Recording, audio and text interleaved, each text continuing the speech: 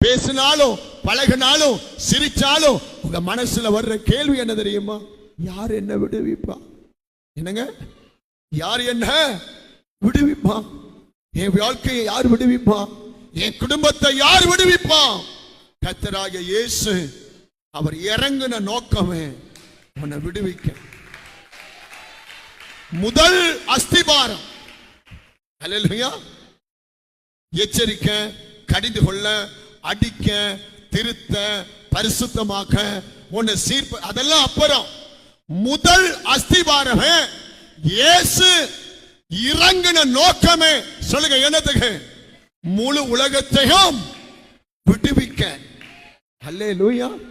அப்படிப்பட்ட ஒரு தெய்வம் உங்களுக்குள்ள உலாவும் போது எனக்கு விடுதலையே இல்லையே, எனக்கு விடுதலை இல்லையா, யார் என்ன விடுதலை ஆக்குவான் அப்படின்னு ஒரு கொஸ்டின் மார்க்